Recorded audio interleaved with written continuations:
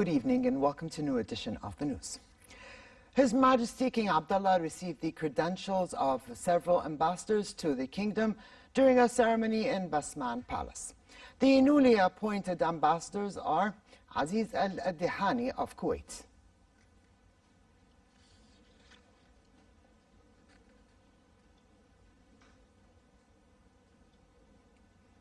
Lucas Gasser of Switzerland,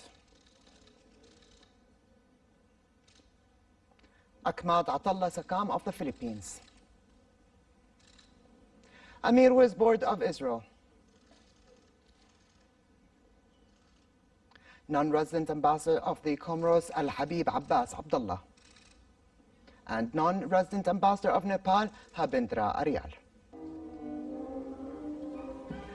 The diplomats laid wreaths at the tombs of King Hussein, King Abdullah I, and King Talal.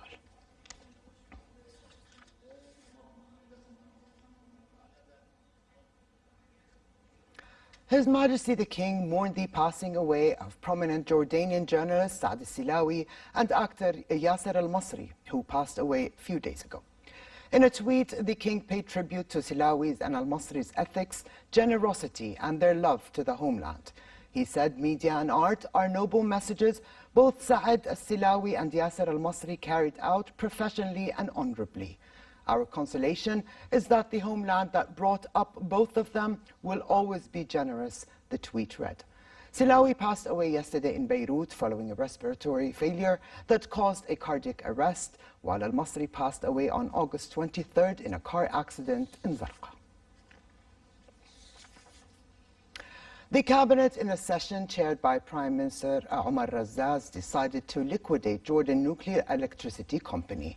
The reasons for the decision, the cabinet said, is that the company's business is in the process of closing, in addition to vagueness in relation to Jordan nuclear power plants.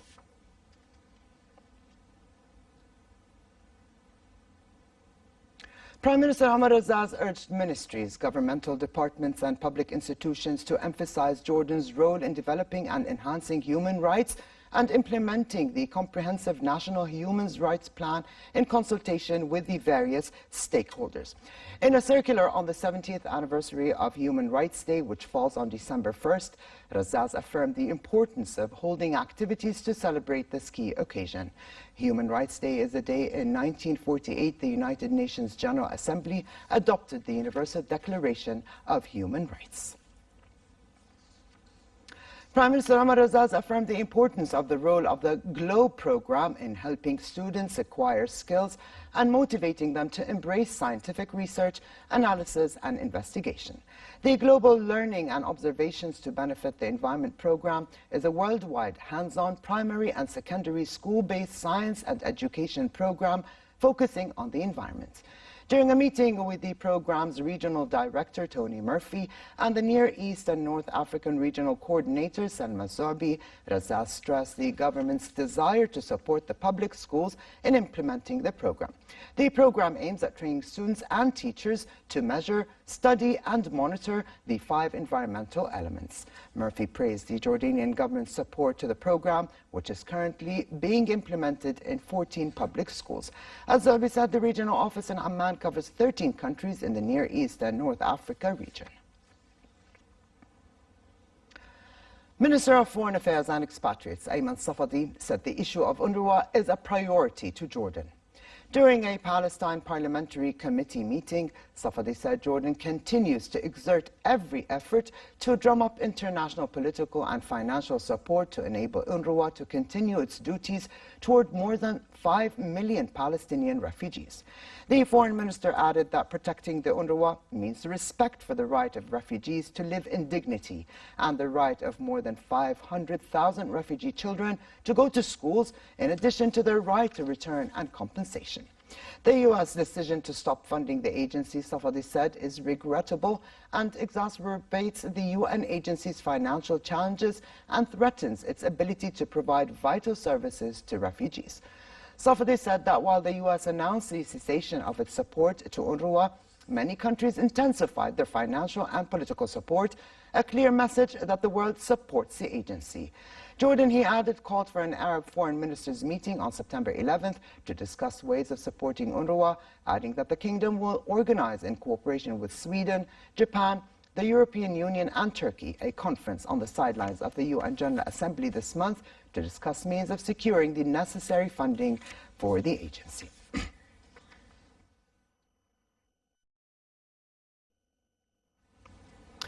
Pope Francis appealed to all parties who have influence in Syria to defend human rights and safeguard the civilian population in the rebel-held region of Idlib. Addressing thousands of people gathered in St. Peter's Square, the Pope appealed to the international community and all parties involved to use diplomacy, dialogue and negotiation to ensure the respect of international human rights to save lives. The Syrian province of Idlib and surrounding areas are their last major enclave held by rebels, and a phased offensive by the Syrian government to regain the province appears to be imminent.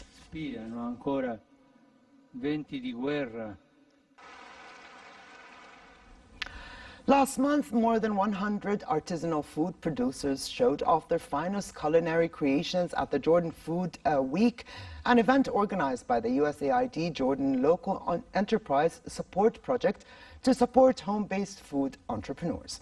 Among the participants were 15 female artisanal food producers from across the country who showcased samples of their food products, including jamid, makmoura and rshuf, amongst others.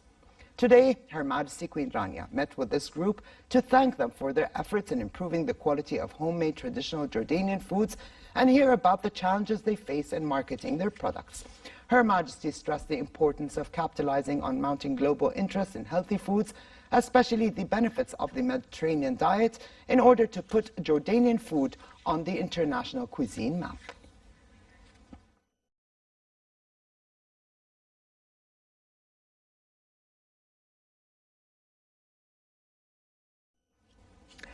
In sports, Formula One world champion Lewis Hamilton equaled Michael Schumacher's record of 5 Italian Grand Prix wins and left Ferrari feeling the pain once again in their own backyard in Monza.